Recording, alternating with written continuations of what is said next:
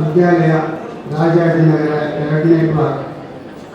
ಇವತ್ತಿನ 24-25ನೇ ಶೈಕ್ಷಣಿಕ ವರ್ಷದ ಕ್ರೀಡಾ ಮತ್ತು ಸಾಂಸ್ಕೃತಿಕ ಚಟುವಟಿಕೆಗಳ ಉದ್ಘಾಟನಾ ಸಮಾರಂಭಕ್ಕೆ ಮುಖ್ಯ ಅತಿಥಿಗಳಾಗಿ ಬಂದಿರತಕ್ಕಂಥ ಮಾನ್ಯ ಶ್ರೀ ಜಯಪ್ರಕಾಶ್ ನಾಗತಹಳ್ಳಿಯವರು, ಮಾರ್ಗದರ್ಶಿಗಳು, ತರಬೇತಿದಾರರು ಮತ್ತು ಲೇಖಕರು ಈಗಾಗಲೇ ತಮ್ಮನ್ನು ಉದ್ದೇಶಿಸಿ ಅದ್ಭುತವಾದ ಭಾಷಣವನ್ನು ಮಾಡಿದ್ದಾರೆ.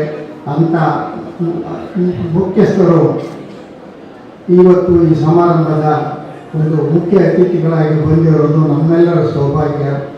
ಇನ್ನೋರ್ವ ನಮ್ಮ ಸಂಸ್ಥೆಯ ಉಪಾಧ್ಯಕ್ಷರಾದಂಥ SM ಹಂಜೆಯವರು ಬರಬೇಕಾಗಿತ್ತು. ಅವರ ಉಪಸ್ಥಿತಿಯಲ್ಲಿ ಅವರನ್ನು ಸ್ವಾಗತಿಸುತ್ತಾ ಈ ಕಾಲೇಜಿನ PU ಕಾಲೇಜಿನ ಆಡಳಿತ ಅಭಿವೃದ್ಧಿ ಸಮಿತಿಯ ಅಧ್ಯಕ್ಷರಾದಂಥ ಶ್ರೀಯುತ ಚಂದ್ರಶೇಖರ್ S. ಮೂಲ ಅವರು ಕೂಡ ನಮ್ಮ ಆಡಳಿತ ಮಂಡಳಿಯ ನಿರ್ದೇಶಕರು ಕೂಡ ಆಗಿದ್ದಾರೆ. ಅವರನ್ನು ಸ್ವಾಗತಿಸುತ್ತಾ ನಮ್ಮ ಆಡಳಿತ ಮಂಡಳಿಯ ನಿರ್ದೇಶಕರು ಆದಂಥ ಶ್ರೀಯುತ ಶಶಿಕಾಂತ್ ಕುಲಕರ್ಣಿ ಅವರೇ, ಮಹೇಶ್ ಸಜ್ಜನ್ ಅವರೇ, ರವಿಶಂಕರ್ ದೊಡ್ಡಮಣಿ ಅವರೇ ಹಾಗೂ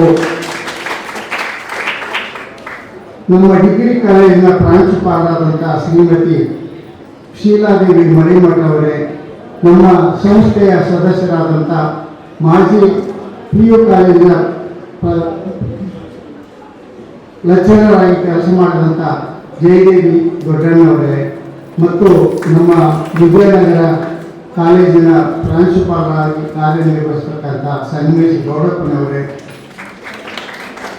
ಈ PU ಕಾಲೇಜಿನ ಅಭಿವೃದ್ಧಿ ಸಮಿತಿಯ ಸದಸ್ಯರಾದಂಥ ಮಹಾದೇವ ಸ್ವಾಮಿ ಹಿರೇಮಠ ಅವರೇ ಮತ್ತು ಸದಾನಂದ ಸಿಗ್ನಳ್ಳಿ ಅವರೇ, ಈ ಕಾಲೇಜಿನ ಪ್ರಾಂಶುಪಾಲರಾದಂಥ ಶ್ರೀಯುತ ಪ್ರೇಮಚಂದ್ ಅವರೇ ಮತ್ತು ಕಾಲೇಜಿನ ಬೋಧಕೇತರ ಸಿಬ್ಬಂದಿ ಅವರೇ, ಪ್ರೀತಿಯ ವಿದ್ಯಾರ್ಥಿನಿಯರೇ, ಈಗಾಗಲೇ ಸುಮಾರು 45 ನಿಮಿಷ ಮಾನ್ಯ ಜಯಪ್ರಕಾಶ್ ನಾಗತಹಳ್ಳಿ ಸರ್ ಅವರು ತಮ್ಮ ಎಮೋಷನಲ್ ಭಾಷಣವನ್ನು ಮಾಡಿದ್ದಾರೆ.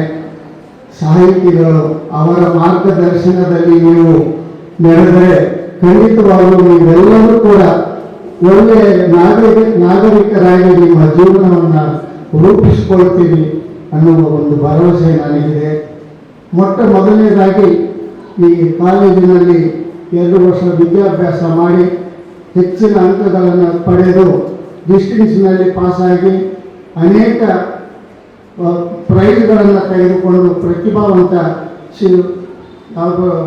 ವಿದ್ಯಾರ್ಥಿಗಳಾಗಿ ಪ್ರತಿಮೆಯನ್ನು ಪಡೆದಂಥ ಎಲ್ಲ ವಿದ್ಯಾರ್ಥಿಗಳಿಗೂ ನಾನು ಆಡಳಿತ ಮಂಡಳಿಯ ಪರವಾಗಿ ಮತ್ತು ನನ್ನ ವೈಯಕ್ತಿಕವಾದ ಧನ್ಯವಾದಗಳನ್ನು ಅರ್ಪಿಸ್ತೇನೆ.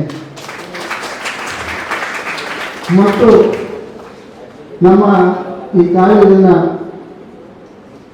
ಲೆಕ್ಚರರ್ ಒಬ್ಬರು ಹೇಳಿದರು, ಸದಾ ನಾವು ಆಡಳಿತ ಮಂಡಳಿಯಲ್ಲಿ ಬರೋ ಒಂದು ಕಾಲೇಜ್ ಬಡ ಕಾಲೇಜು ಅಂತ ಹೇಳ್ತಾ ಇದ್ದಾರಂತೆ. ಅಂಥ ಬಡ ಮಕ್ಕಳನ್ನು ನಮ್ಮ ಕಾಲೇಜಿನಲ್ಲಿ ಹೆಚ್ಚಾಗಿ 40%ನಿಂದ ಹಿಡಿದು 60-70%ನಲ್ಲಿ SLCಯಲ್ಲಿ ಪಾಸಾದಂಥ ವಿದ್ಯಾರ್ಥಿಗಳನ್ನು ತೆಗೆದುಕೊಂಡು ಅವರನ್ನು ಇಷ್ಟು ಪ್ರತಿಭಾವಂತ ವಿದ್ಯಾರ್ಥಿಗಳನ್ನು ಮಾಡಿ ಡಿಸ್ಟಿಂಕ್ಷನ್ನಲ್ಲಿ 85%ಗಿಂತ ಹೆಚ್ಚು ಎಲ್ಲರನ್ನೂ 60% ಫಸ್ಟ್ ಕ್ಲಾಸ್ನಲ್ಲಿ ಪಾಸ್ ಮಾಡಿ ಅವರನ್ನು ಇಲ್ಲಿಂದ ಬೀಳ್ಕೊಡುಗೆ ಮಾಡತಕ್ಕಂಥ ನಮ್ಮ ನುರಿತ ಸಿಬ್ಬಂದಿಗೆ ನಾನು ಆಡಳಿತ ಮಂಡಳಿಯ ಪರವಾಗಿ ಧನ್ಯವಾದಗಳನ್ನು ಅರ್ಪಿಸ್ತೇನೆ. ಇಂಥ ಬಡ ಮಕ್ಕಳನ್ನು ಅಷ್ಟೊಂದು ತೀಡಿ ಅವರಿಗೆ ಪ್ರತಿಭೆಯನ್ನು ಕೊಟ್ಟು ಅವರನ್ನು ರೂಪಿಸುವಷ್ಟು ನಮ್ಮ ನುರಿತ ಶಿಕ್ಷಕರಿಗೆ ನಾನು ಸದಾ ಆಡಳಿತ ಮಂಡಳಿಯಿಂದ ಋಣವಾಗಿದ್ದೇವೆ. ಅವರ ಶ್ರಮಕ್ಕೆ ನಾವು ಖಂಡಿತವಾಗಲೂ ಪುರಸ್ಕಾರವನ್ನು ಮಾಡ್ತೇವೆ. ನಾನು ಈ ಸಂದರ್ಭದಲ್ಲಿ ಹೆಚ್ಚಿಗೆ ಮಾತಾಡೋದಕ್ಕಾಗೋದಿಲ್ಲ. ನಿಮಗೆ ಈಗಾಗಲೇ ಫಸ್ಟ್ ಇಯರ್ PUCಗೆ ವಿದ್ಯಾರ್ಥಿಗಳು ಇಲ್ಲಿ ಅಡ್ಮಿಷನ್ ಮಾಡಿಸಿದ್ದೀರಿ.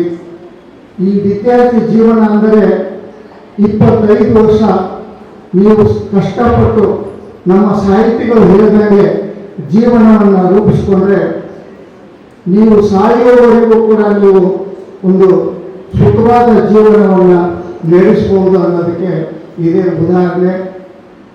ಈ 2 ವರ್ಷ ಮಾತ್ರ ನಿಮಗೆ ಅವರು ಹೇಳಿದಂಗೆ ದಾರಿಗಳು ಅನೇಕ ಇರ್ತವೆ, ನೀವು ಆರಿಸಿಕೊಳ್ಳುವಂಥ ದಾರಿ ಮುಖ್ಯವಾಗಿರ್ತದೆ. ಉತ್ತಮವಾದ ದಾರಿಯನ್ನು ಆರಿಸಿಕೊಂಡು ನಿಮ್ಮ ಭವಿಷ್ಯವನ್ನು ನೀವು ರೂಪಿಸ್ಕೋಬಹುದು. ಇವು ಸಮಯ, ಸಂಬಂಧ, ಆರೋಗ್ಯ, ಇವುಗಳ ನಿಜವಾದ ಮೌಲ್ಯ ಅವುಗಳನ್ನು ಕಳೆದುಕೊಂಡ ಮೇಲೆ ಅಷ್ಟೇ ನಮಗೆ ಅರ್ಥ ಆಗುತ್ತೆ.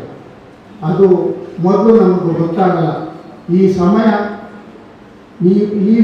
ಸಮಯದಲ್ಲಿ PUC 2 ವರ್ಷ ನೀವು ಭಾಳ ಲೈಟಾಗಿ ತೆಗೆದುಕೊಂಡು ನಿಮ್ಮ ಜೀವನವನ್ನು ಯಾವ ರೀತಿ ಬೇಕಾದರೂ ರೂಪಿಸ್ಕೋಬೋದು, ಒಳ್ಳೆಯದನ್ನು ಮಾಡ್ಬೋದು, ಕೆಟ್ಟ ಜೀವನಕ್ಕೂ ನೀವು ಮುಂದೆ ಹೋಗ್ಬೋದು. ಹಾಗಾಗಿ ಸಮಯ, ಸಂಬಂಧ, ಆರೋಗ್ಯ ಇವು 3 ಜೀವನದಲ್ಲಿ ಅತಿ ಮುಖ್ಯವಾದದ್ದು.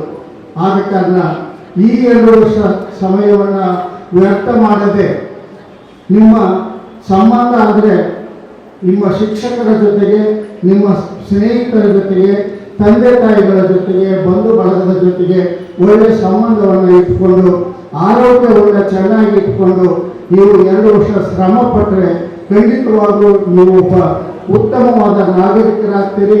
ಮುಂದೆ ನಿಮ್ಮ ಜೀವನವನ್ನು ರೂಪಿಸಿಕೊಂಡು ನಿಮ್ಮ ಕಾಲ ಮೇಲೆ ನೀವು ನಿಂತು ನಿಮ್ಮ ಭವಿಷ್ಯವನ್ನು ನೀವು ನೋಡ್ಕೊಳ್ಳೋ ಒಂದು ಆದರ್ಶ ವ್ಯಕ್ತಿಗಳಾಗ್ತೀರಿ ಅಂತ ಹೇಳ್ತಾ, ಈ ಕಾಲೇಜಿನಲ್ಲಿ ಸುಮಾರು 15-20 ಜನ ವಿದ್ಯಾರ್ಥಿಗಳು ಹೆಚ್ಚಿನ ಅಂಕಗಳನ್ನು ಪಡೆದಿದ್ದಾರೆ. ಅವರಿಗೆ 1000 ರೂಪಾಯಿ ಬಹುಮಾನವನ್ನು ಕೂಡ ನಮ್ಮ ಕಾಲೇಜಿನಿಂದ ನೀಡ್ತಾ ಇದ್ದೇವೆ. ಇದರ ಜೊತೆಗೆ